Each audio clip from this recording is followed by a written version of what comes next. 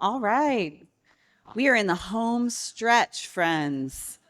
So I'm just going to give you a very fast, brief update on the progress in the development of a U.S. qualifications framework.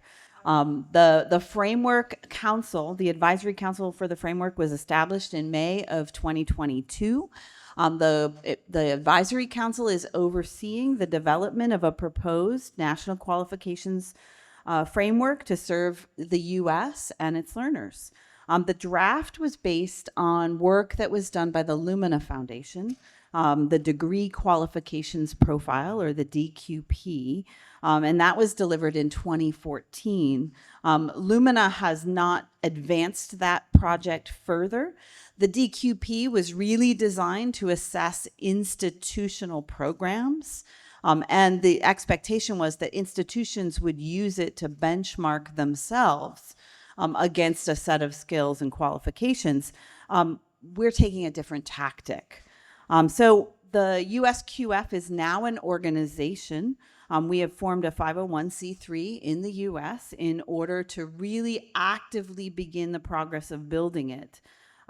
We are looking right now to establish our first official board of directors. I serve on the advisory council as the executive director of AACRAO.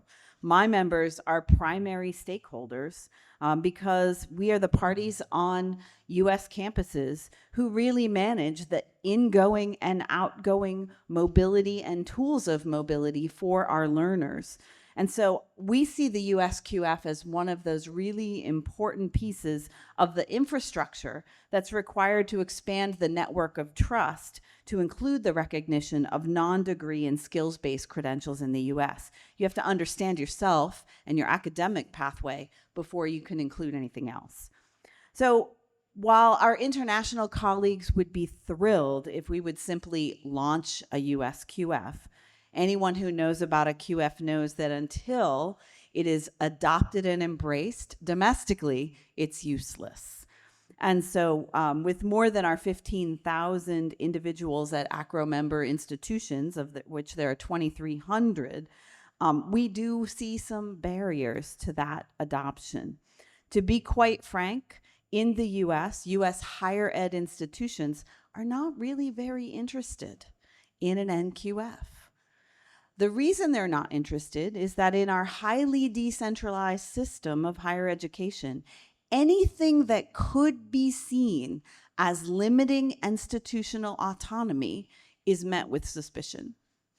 If you understand an NQF, you know that it is descriptive rather than proscriptive, but we have a pretty big barrier to overcome. But I do have hope, and here's why. The current framework is only inclusive of the academic pathway, baseline higher education credentials. Where I think it will be of value, and I think my members in particular will find value, is in the process that we are about to start, which is over the next year or two. Our intention is to begin to include some of the established non-academic frameworks for non-degree credentials, and also to do some piloting against degree credentials and non-degree credentials that cover the same content and have similar result and similar outcomes. And so that's our next step, because I think once we have other non-institutional pieces to hang on the academic framework, my members will then see the value as they're being more and more pressured to start to include non-degree credentials into the academic pathway. And so this will become a tool that will help them to understand and ingest non-degree credentials. So I'm excited about it. We still have a long way to go, so I'm going to tell my international colleagues, slow down. It's going to be a while, but we're going to get there. So thank you very much. I will be at the credentials table, the qualifications framework table, if you have any questions.